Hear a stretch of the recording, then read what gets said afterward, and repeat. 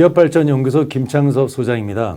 오늘은 망한 중소기업 대표님들만 모아서 지난 2011년도부터 작년까지 무려 10여 년이 넘는 동안 총 28번의 재도전 힐링 캠프를 운영해 오신 재단법인 재기중소기업개발원의 설립자이신 MS그룹 전원태 회장님을 초대했습니다. 10년이 넘는 동안 참가하신 재도전 중소기업 대표님들이 총 450명이 되고요.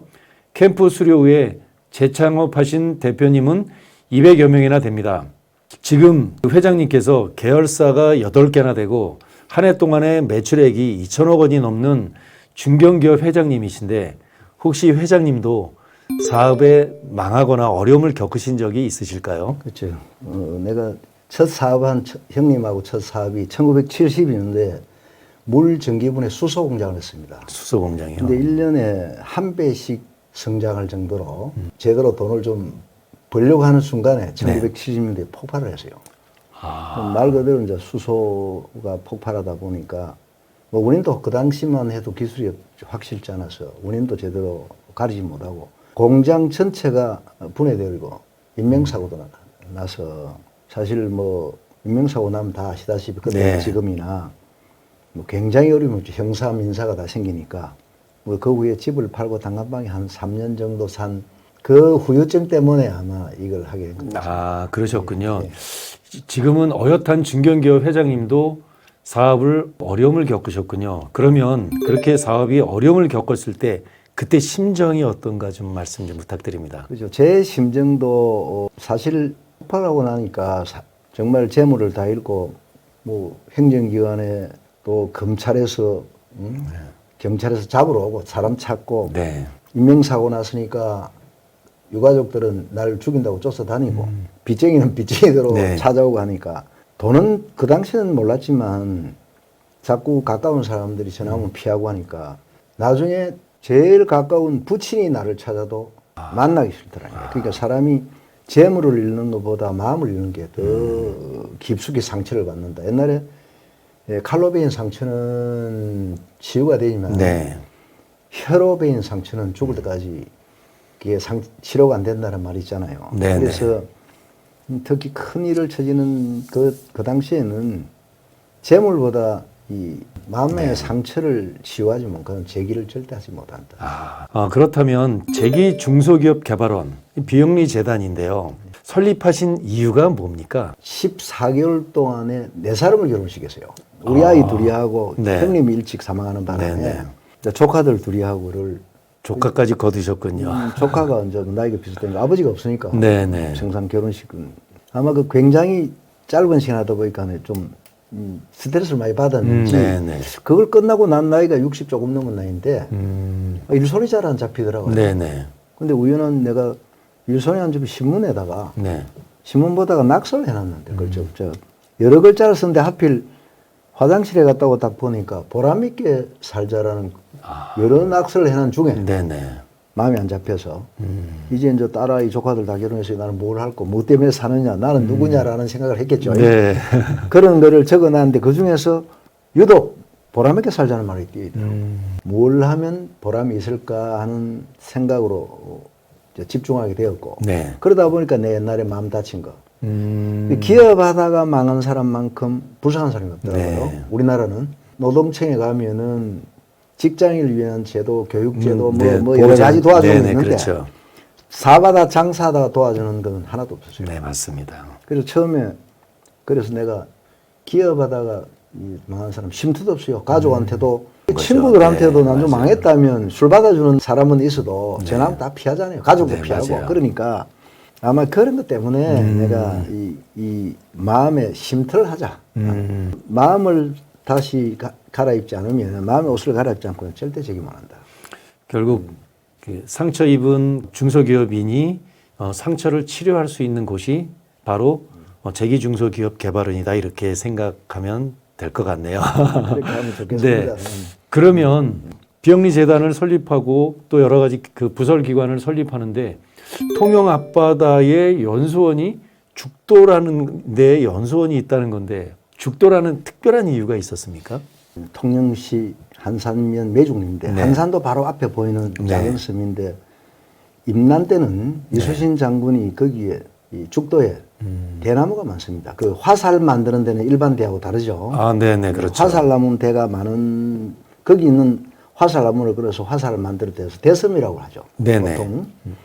근데 뭐 그런 우리는 성웅 이순신 장군의 막 을이 있는 섬이다. 빙의가 설이 있는 섬이라고 내가 가끔 말을 하죠. 아, 그렇군요. 그래서 그 충무공 이순신의 그러한 한과 뜻이 어려 있는 그런 섬.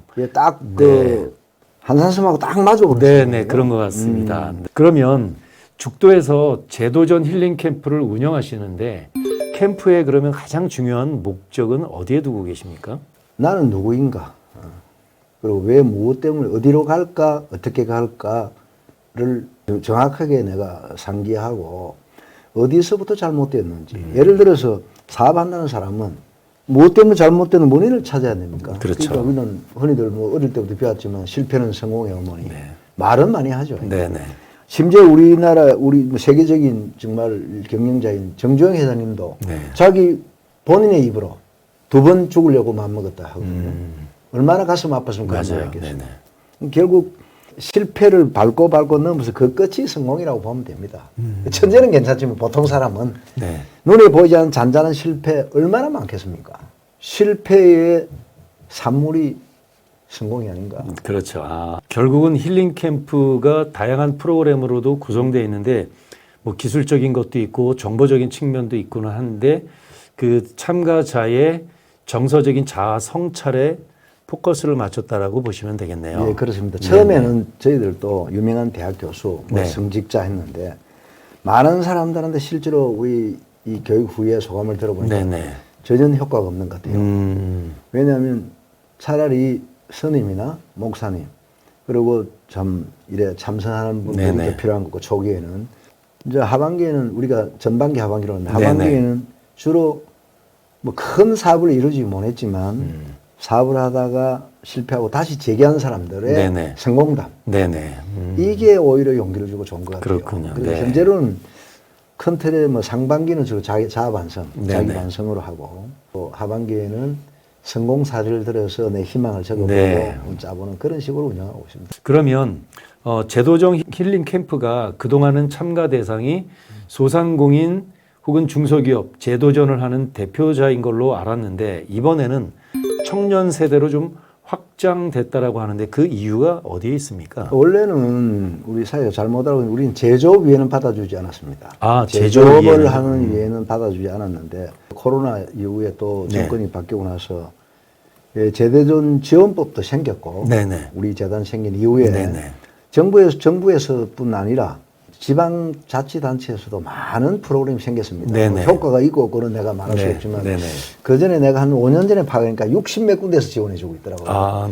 그 전에 처음 뭐 불모지였었죠. 11년 때는 한 5년 동안 저희밖에 없었어요. 그렇죠. 근데 그 후에 이제 재기지원법도 생기고 해서 정부 여러 곳에서 하다 보니까 각 지방자치단체에서는 돈을 지원해 주잖아요. 그렇죠.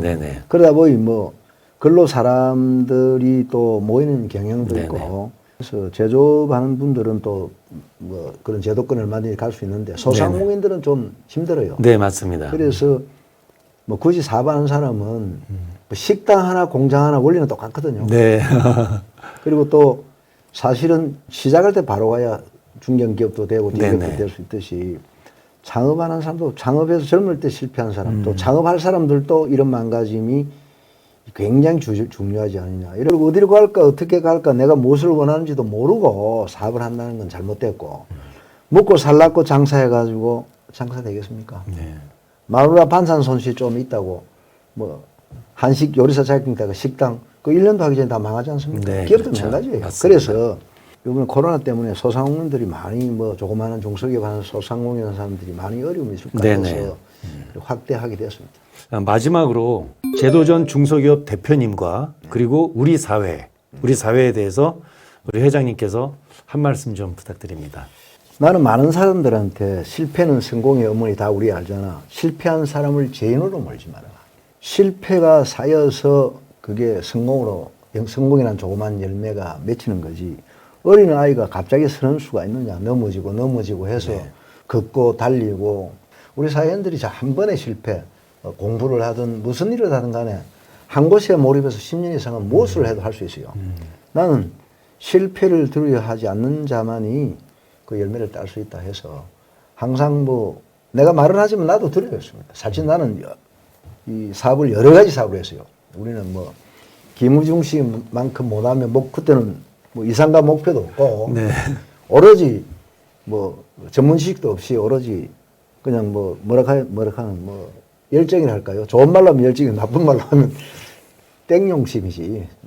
무지해서 야 남이 하는데 왜 못해? 내 김우중 씨만큼 못하면 성을 바꾸겠다라고 온 집안을 사람 모아놓고 심지어 얼음 조각까지 해놓고 내가 행사를 취재한 놈입니다. 그러셨군요. 그런데 너무 철없이 세상을 살고 필요 없는 고생을 많이 했어요. 그러다 보니까 출발할 때 제대로 어디로 갈까를 정해야 된다 해서 는 내가 힘이 닿으면 뭐 내가 지금까지 건강만 허용한다면 내 발로 움직이고 내 발로 몇 마디 할 수 있으면 이걸 계속 해야 되지 않겠나. 네, 아주 멋있습니다. 회장님과 인터뷰를 하면서 어떤 생각이 들었냐면 과거에는 실패는 마치 주운 글씨처럼 낙인을 찍는 문화였는데 어느덧 회장님께서 10여 년 넘게 이런 운동을 하시면서 실패가 어느덧 자산일 수 있겠구나라는 이런 사회적인 인식이 조금은 만들어진 것 같습니다. 네, 회장님의 앞으로의 힐링 캠프뿐만이 아니라 재도전을 하시는 이런 대표님들이나 아니면 젊은 청년 세대들까지도 자신의 자아 성찰이라고 하는 이런 테마를 가지고 진짜 진정한 도전을 하시면 좋겠다는 걸로 오늘의 인터뷰를 마치고요. 오늘 인터뷰는 재기중소기업개발원 설립자이신 MS그룹 전원태 회장이셨습니다. 출연해 주셔서 고맙습니다. 네, 수고했습니다.